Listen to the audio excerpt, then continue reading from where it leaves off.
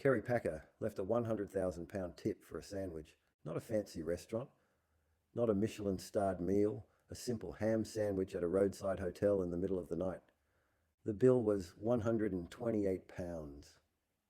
He left £100,000 and he included a note. Before you cash this, show it to the pub owner who just kicked us out. This wasn't generosity. This wasn't showing off. This was Kerry Packer, teaching a lesson about customer service, respect, and the cost of arrogance that would be remembered for decades. Today, I'm going to tell you the full story of the most expensive sandwich in history and the three principles about money, service, and reputation that every business owner, every entrepreneur, every person who deals with customers needs to understand.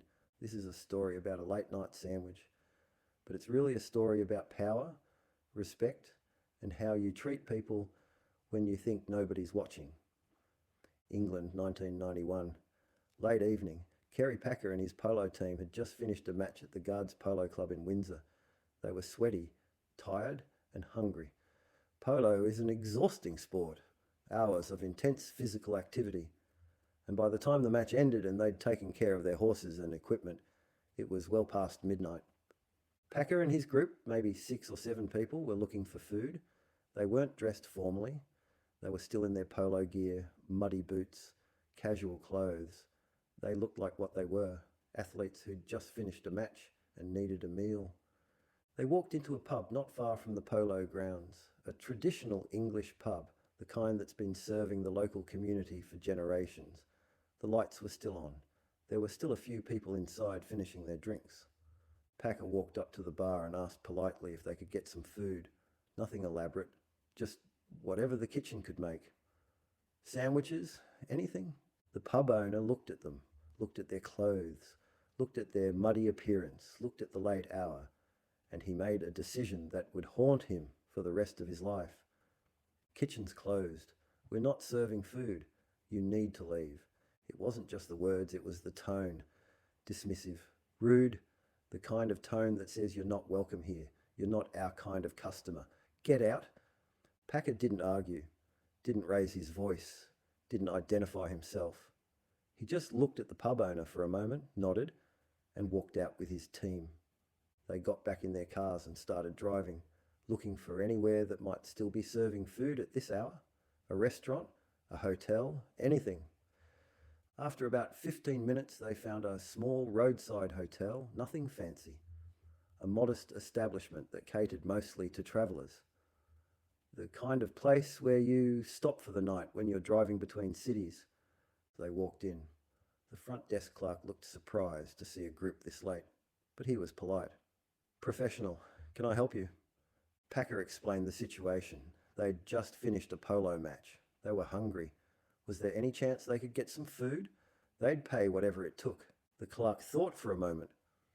Well, the kitchen is closed. The chef has gone home, but let me check with the owner. A few minutes later, the hotel owner came out, a working class man, someone who'd probably spent his entire life in the hospitality business. He looked at the group, saw they were genuinely hungry, and made a different decision than the pub owner had made. The kitchen is closed, he said, but I've got some ham and bread in the back.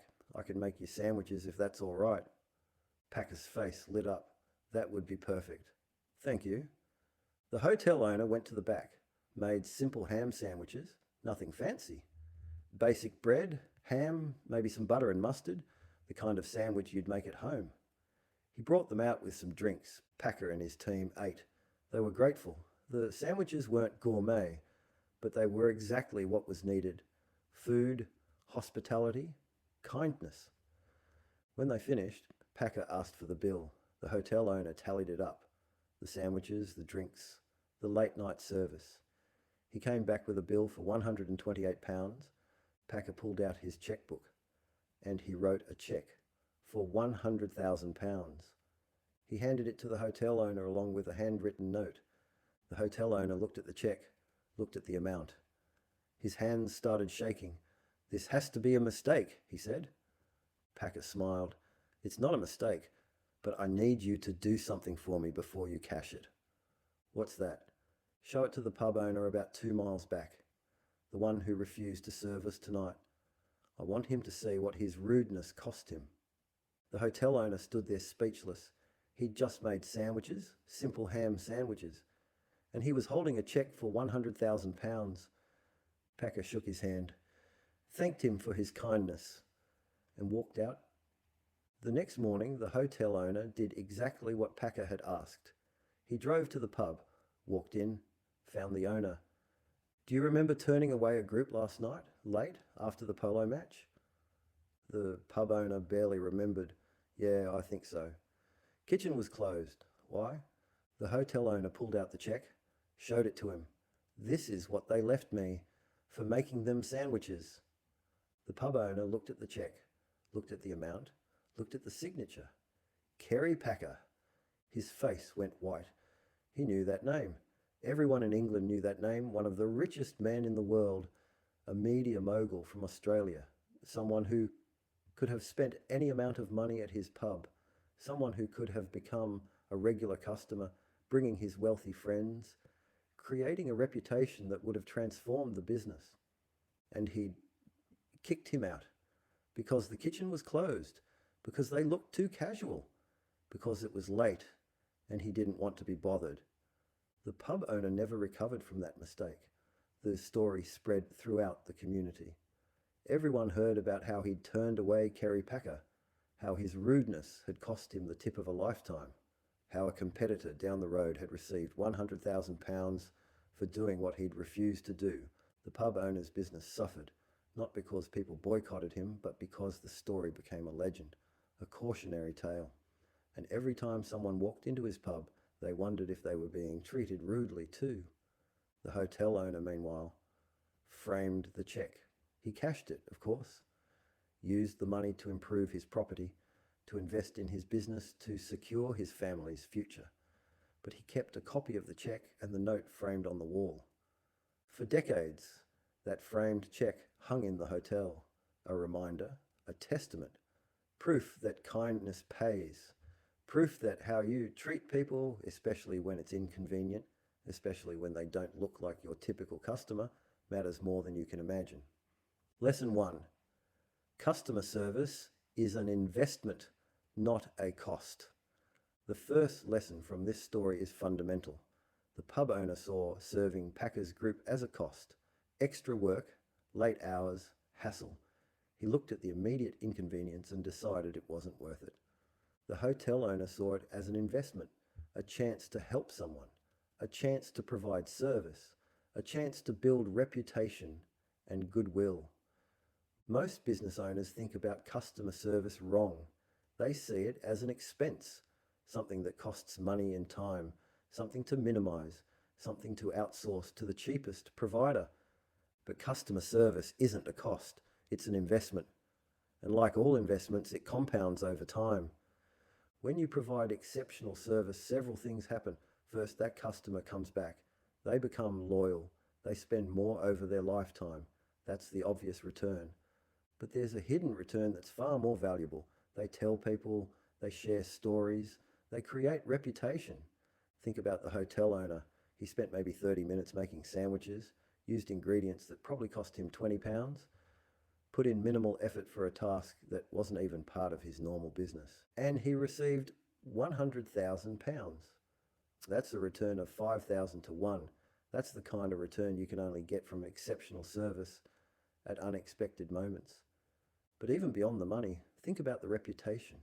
That story spread throughout England, throughout the business community, throughout the polo world. For decades, people knew about the hotel that treated Kerry Packer well.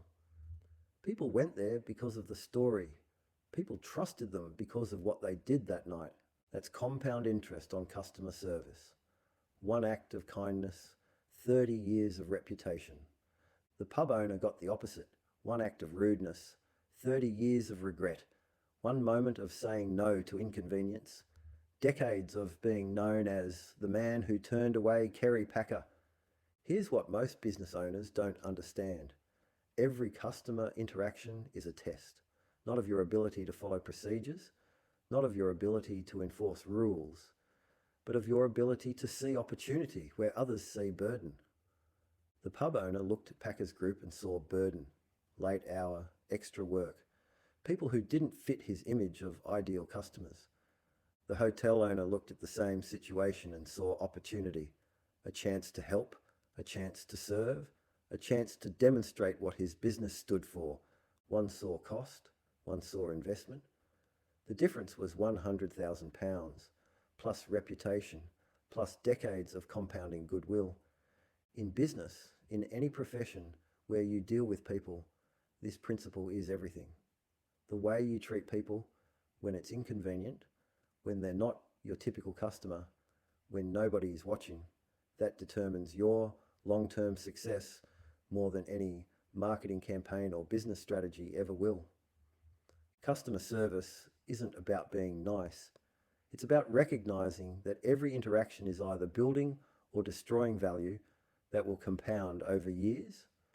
The hotel owner understood this, the pub owner didn't. And the market, in its perfect wisdom, rewarded one and punished the other. Lesson 2. Generosity is strategic power.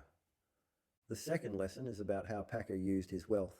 He didn't leave £100,000 because he wanted to show off. He didn't do it to impress anyone. He did it to send a message. Multiple messages, actually. First message to the hotel owner. Your kindness has value. Real, substantial value. The world needs more people like you, and I'm going to make sure you're rewarded for being that person. Second message to the pub owner. Your rudeness has cost. Real, substantial cost. You could have received this.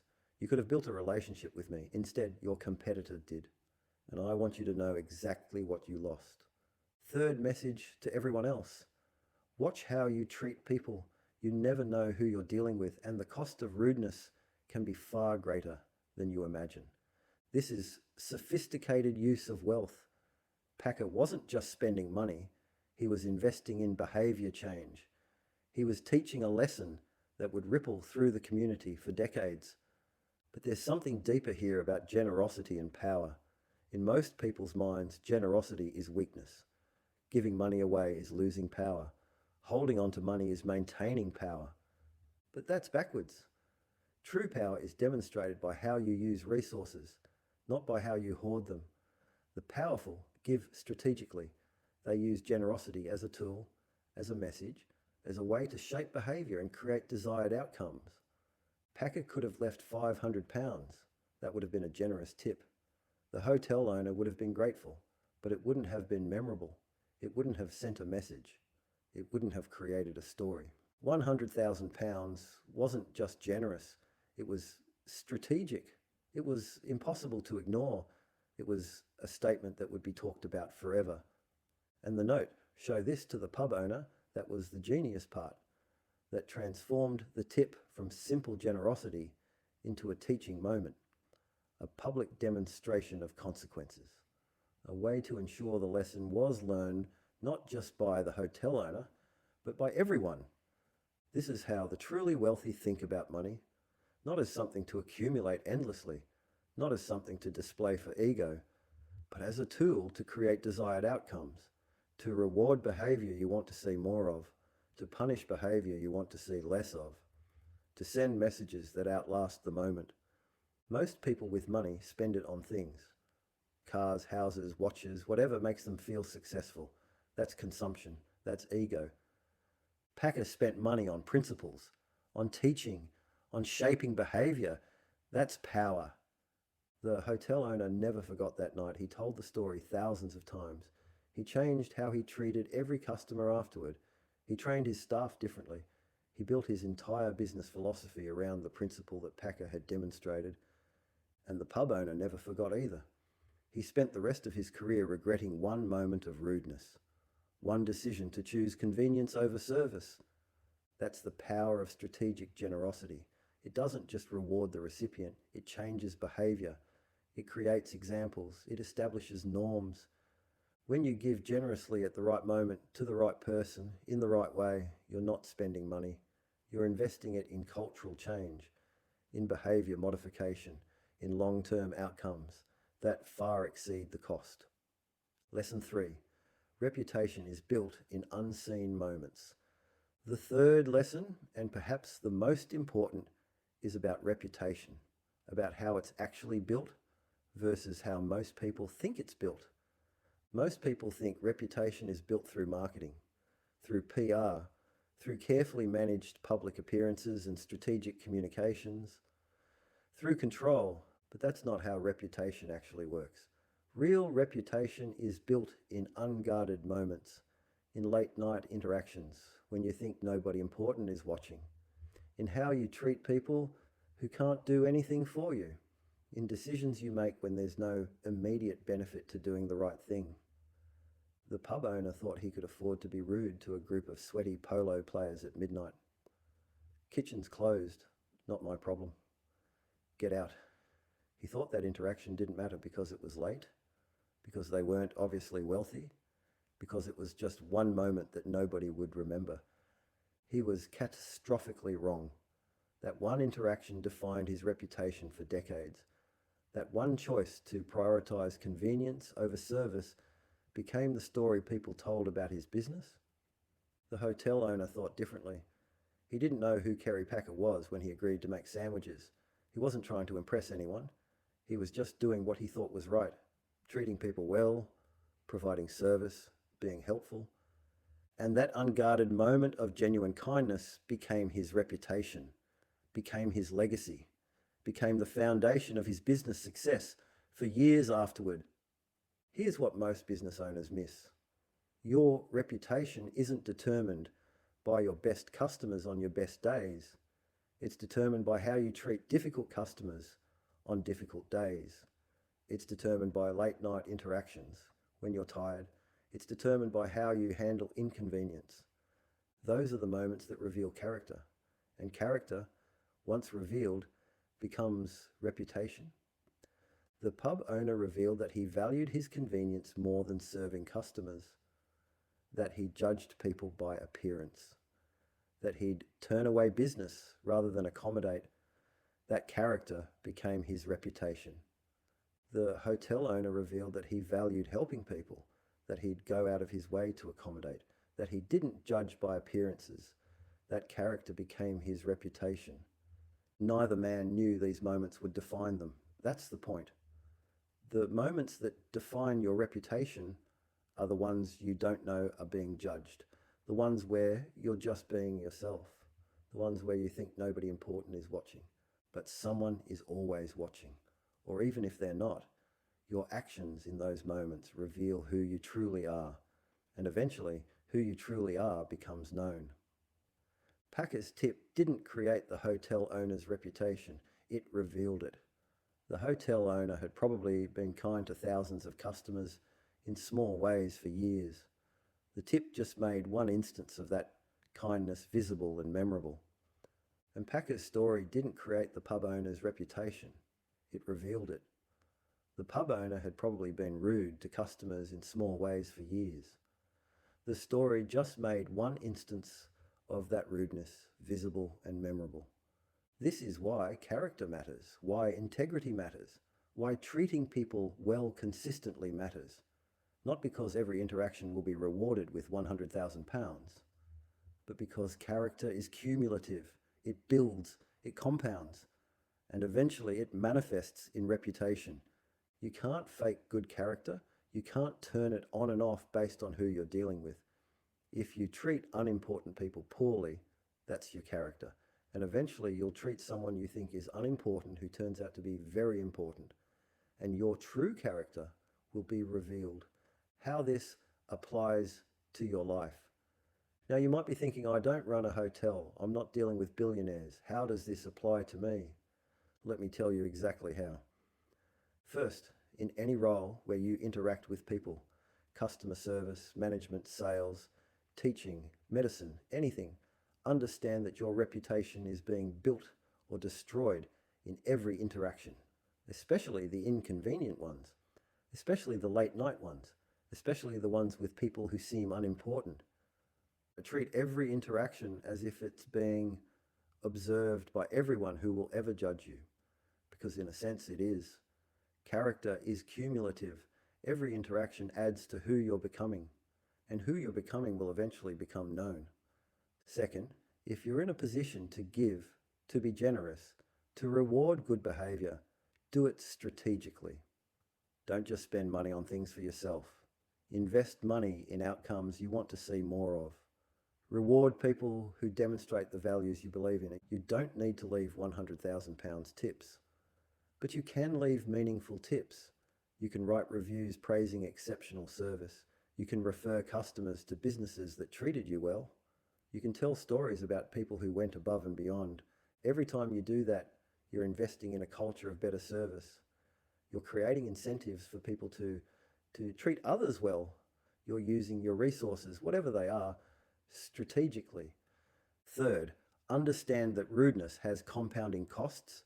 Every time you're rude to someone, you're creating a potential story, a potential reputation mark, a potential future consequence. You never know who you're dealing with. That person you're rude to might be a future boss, a future customer, a future partner, or they might know someone who is, or they might just tell enough people that your reputation suffers. The cost of being kind is tiny. A few extra minutes, a small inconvenience, some flexibility. The cost of being rude can be catastrophic. Lost opportunities, damaged reputation, decades of regret. Choose kindness, not because everyone deserves it, but because you can't afford the alternative.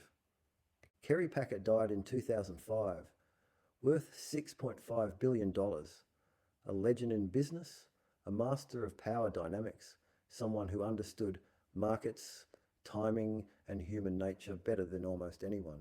But the story people remember isn't about his billions. It's about a sandwich, about kindness rewarded, about rudeness punished, about a simple lesson taught in the most memorable way possible. The hotel owner retired wealthy.